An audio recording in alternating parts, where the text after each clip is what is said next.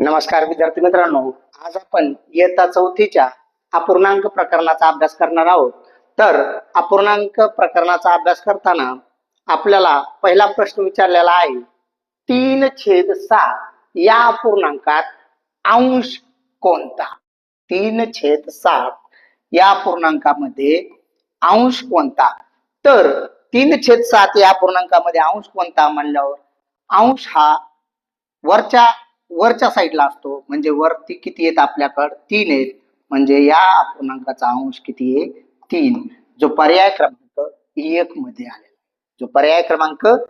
मध्ये आलेला आहे. तसाच जर आपण अजून एक प्रश्न पाहिला तर सांगायचंय तुम्हाला, 7/6 या अपूर्णांकाचा अंश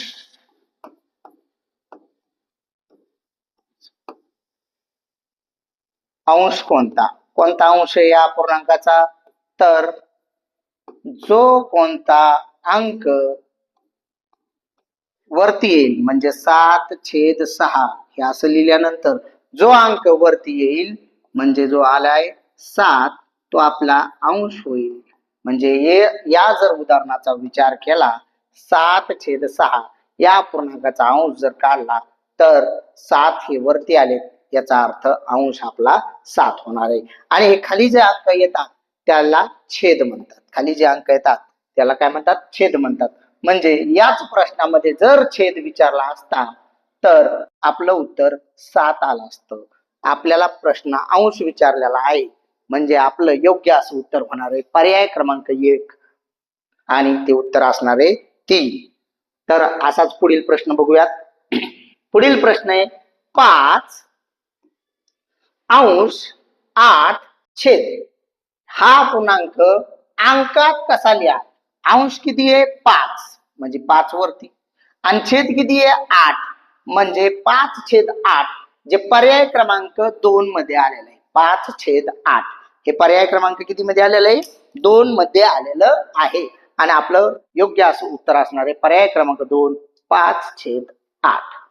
त्यानंतरचा प्रश्न आहे, 2.25 म्हणजे किती? 2.25. तर 2.25 नाव आलं की आपण 1/4 लिहून ठेवायचं. 2.25 आणि त्याच्या शेजारी 2 म्हणल्यावर 2 लिहायचे. म्हणजे आपलं उत्तर असणार आहे 2.1/4. इथं पर्याय क्रमांक 2 मध्ये आलेले आहे 2.1/4.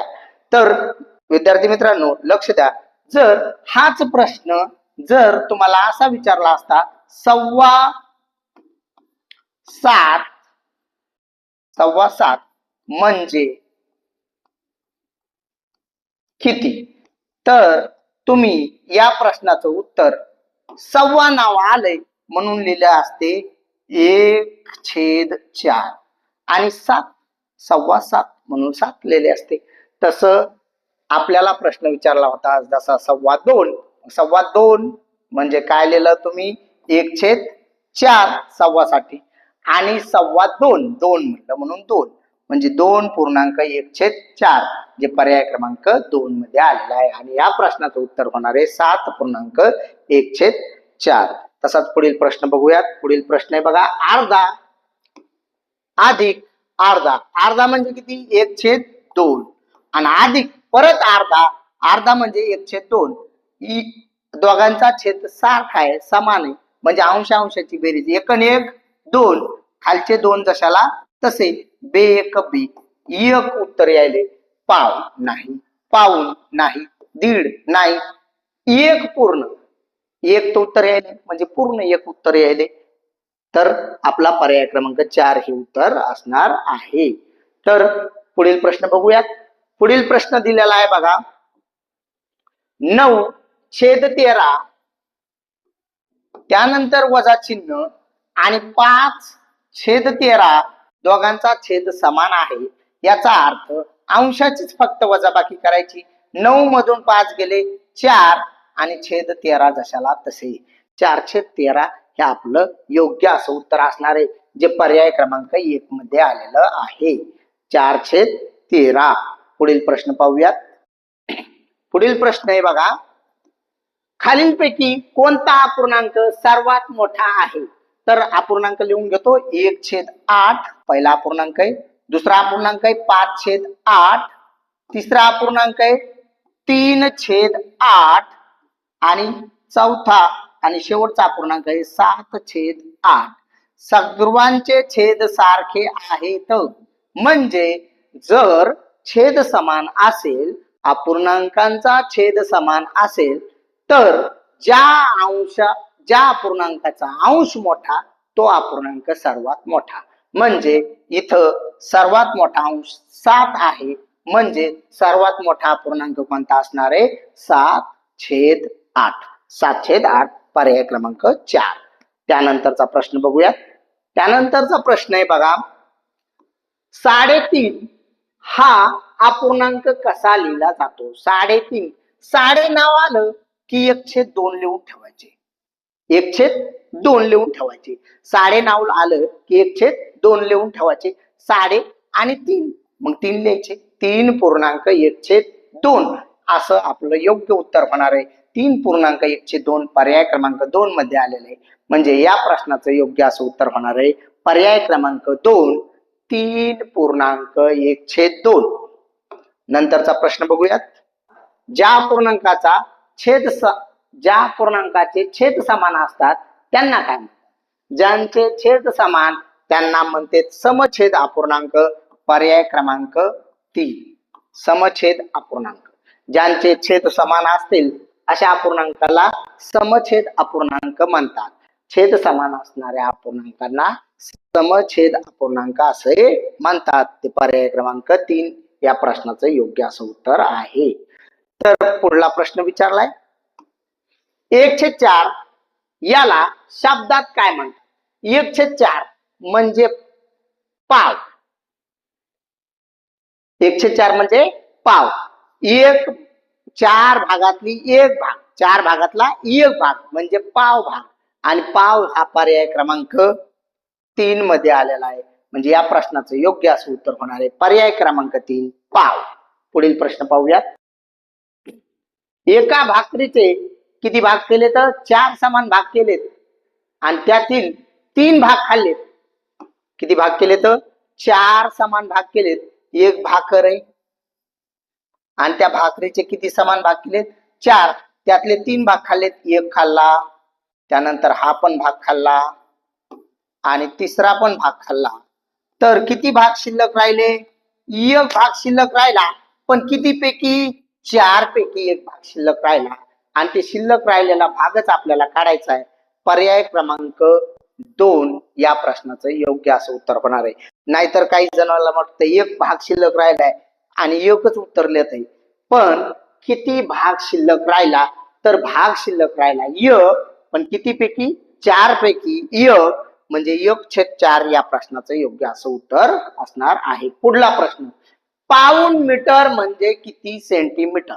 तर 1 मीटर म्हणजे 100 सेंटीमीटर. 1 मीटर म्हणजे किती? 100 सेंटीमीटर. 1 मीटर म्हणजे 100 सेंटीमीटर. तर बघा, पाऊणला आपण लिहितो 3/4. 100 पैकी 3/4 तर काढून घेऊ आपण. 4 भाग जाते 100ला. 4 1 4 4 2 8. किती उरले? 2. 4 5 20. 25 त्रिक 75. 75 सेमी या प्रश्नाचं योग्य असं उत्तर असणार आहे. नाही तर सरळ लक्षात ठेवा, पाव म्हणजे 25 सेंटीमीटर, अर्धा म्हणजे 50 सेंटीमीटर, पाऊण म्हणजे 75 सेंटीमीटर आणि 1 मीटर म्हणजे 100 सेंटीमीटर. 1 मीटर म्हणजे 100 सेंटीमीटर. पुढील प्रश्न बघूयात. पुढील प्रश्न आहे, 2/5 या अपूर्णांकाचा सममूल्य इक्वल अपूर्णांक कोणता? सममूल्य अपूर्णांक कोणता? 2/5. उत्तर किती आलं पाहिजे? 2/5.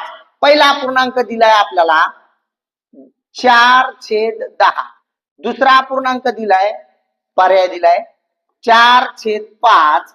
तिसरा पर्याय दिलाय 2/10 आणि शेवटचा पर्याय दिलाय 5/2. तर लक्ष द्या, या दोघाला एका समान संख्येनं भाग जातच नाही. आणि हे काय 2/5 नाही, म्हणजे हे पर्याय प्रश्नाचं उत्तर होऊ शकत नाही, हा पर्याय प्रश्नाचं उत्तर होऊ शकत नाही, म्हणून आपण याला कट केलंय. त्यानंतर ह्या पर्यायामध्ये दोन्हीला भाग जाणारी संख्या बे एक बेनच भाग जाते, बे पंचे 10, 1/5 यायले, आपल्याला 2/5 पाहिजे, म्हणजे या प्रश्नाचं हे पण उत्तर येऊ शकत नाही. आणि 2 आणि 5 ला एका कोणत्याही संख्येनं भाग जात नाही, शून्योत्तर संख्येनं भाग जात नाही, याचा अर्थ या प्रश्नाचं हे पण उत्तर असू शकणार नाही. म्हणजे पर्याय क्रमांक 1 या प्रश्नाचं उत्तर असू शकतंय. तर बघू, 2 न दोघाला भाग जाते, बे दुने 4 आणि बे पंचे 10, 2 वरती खाली 5, 2/5 आणि आपल्याला 2/5 या पूर्णांकाचं सममूल्य पाहिजे, म्हणजे या प्रश्नाचं योग्य असं उत्तर होणार आहे पर्याय क्रमांक 1 4/10. पुढील प्रश्न बघूयात. पुढील प्रश्न दिलाय 7.3 म्हणजे किती? 7.3, 3 भाग कितीपैकी? 4 पैकी, म्हणजे किती? तर म्हणजे होतील 7.25. मग 7.25 हे पर्याय बघा, 7.25 कसं काय म्हणालो? हे 7 येत पूर्ण 7 आणि हे पाऊण 7 आणि पाऊण 7.25 पस्तोर जातो, म्हणजे 7.25 पर्याय क्रमांक 2 मध्ये आलेलं आहे आणि या प्रश्नाचं योग्य असं उत्तर होणार आहे 7.25. पुढील प्रश्न पाहूयात.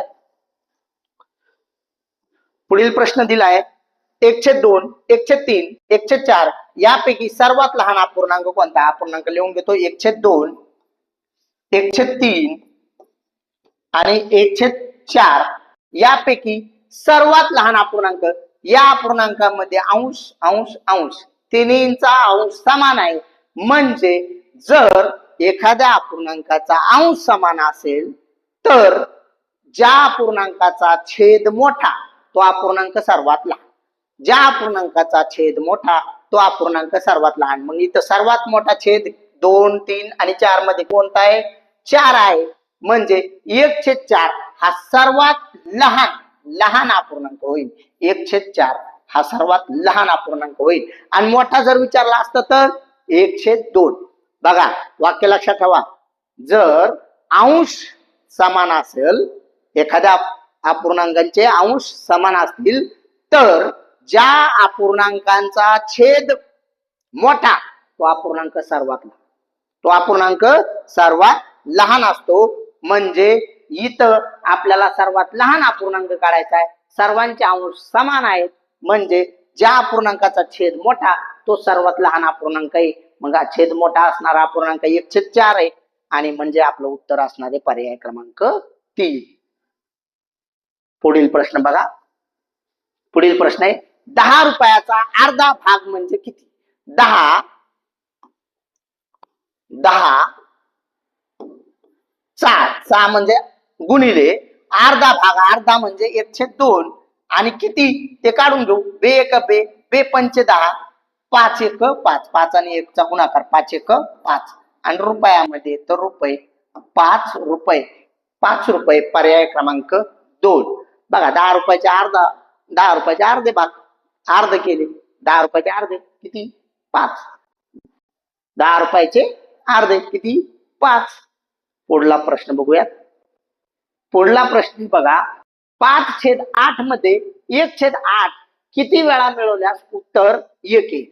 बघा, 5/8 मध्ये किती वेळा मिळवल्या? 1/8 किती वेळा मिळवल्या उत्तर किती पाहिजे आपल्याला? 1 पाहिजे. बरं, 1 उत्तर येण्यासाठी 8 न 8 ला भागावं लागेल. छेदस्थानी 8 पाहिजेत आणि म्हणजे 8च आहेत, तर अंशस्थानी 8 पाहिजेत, त्यावेळेस 8 एक 8 1 उत्तर येईल. आणि आपल्याला किती मिळवायचे तर 1/8. बघा, 1/8 एक वेळेस जर मिळवले 5 आणि 1 7 होते 8 छेदस्थानी जशाला तशी. पण आपल्याला 6/8 जमणार आहे का? आपल्याला उत्तर आणावं लागणार आहे 8/8, म्हणजे एकदा तर नाही, अजून एक वेळेस मिळू. 5 आणि 1 6, परत एकदा मिळवले 7, म्हणजे हे पण उत्तर असू शकणार नाही. 7/8 येले, 8/8 आणायचंय, मग परत एकदा मिळू. मग 5 आणि 1 6, 6 आणि 1 7, 7 आणि 1 8, वरती आले 8, खालती 8 आहेतच, 8 एक 8, म्हणजे किती वेळा मिळवावं लागेल? 1 2 3 वेळेस मिळवावं लागेल. 1/8 हे किती वेळेस मिळवावं लागेल? 3 वेळेस. आणि पर्याय क्रमांक 3 मध्ये 3 वेळा असं आलेलं आहे. म्हणजे या प्रश्नाचं योग्य असं उत्तर असणार आहे पर्याय क्रमांक 3 3 वेळा. पुढील प्रश्न पाहूयात. पुढील प्रश्न दिलाय 5.5. पावणे नाव आलं की 3/4 लिहायचं. 3/4 लिहायचं. आणि बघा पावणेच्या शेजारी 5 आलं, 5 पेक्षा 1 न कमी लिहायचं. 6 आलं, 6 पेक्षा 1 न कमी लिहायचं. 7 आलं, 7 पेक्षा 1 न कमी लिहायचं. मग 5 आलंय, 5 पेक्षा 1 न कमी किती? 4. म्हणजे उत्तर असणार आहे 4.3/4. 4.3/4 हे पर्याय क्रमांक 1 मध्ये आलेलं आहे. म्हणजे या प्रश्नाचं योग्य असं उत्तर असणार आहे 4.3/4. बघा पावणे नाव आलं की तुम्हाला 3/4 लिहायचे. पावणे नावाच्या पुढचं अंक कोणता बी असू, 5.5 असू, 5.6 असू, 5.7 असू, 5.8 असू, कोणता पण असू, जे अंक विचारलाय त्याच्यापेक्षा 1 न कमी अंक लिहायचा आहे. म्हणजे 5.5 विचारलंय म्हणून आपण लिहिलंय 4. तर 4.3/4 या प्रश्नाचं योग्य असं उत्तर असणार आहे. पुढील प्रश्न बघूयात. पुढील प्रश्न आहे बघा 8/15 आणि 11/15 यांच्यामधील संबंध दाखवण्यासाठी योग्य चिन्ह निवडा. तर आता बघा यांच्यामधील संबंध दाखवायचा आहे. संबंध म्हणजे लहान मोठं का बरोबर, का यापैकी नाही. तर बघा पहिला अपूर्णांक आहे 8/15, दोघांच्या मध्ये डबात करतो म्हणजे इथं चिन्ह लिहायचंय आपल्याला. आणि दुसरा अपूर्णांक आहे 11/15. मोठा अपूर्णांक शोधायचा आहे किंवा लहान शोधायचा आहे. तर लक्ष द्या आपल्याला छेद दोघांचा सारखा आहे. छेद सारखा असेल तर ज्याचा अंश मोठा तो अपूर्णांक मोठा. म्हणजे आपले 11/15 मोठे असणार आहेत आणि पर्याय क्रमांक 1 मध्येच 11/15 मोठे दाखवलेले आहेत. म्हणजे या प्रश्नाचं योग्य असं उत्तर असणार आहे पर्याय क्रमांक 8/15 लहान आहेत 11/15 पेक्षा.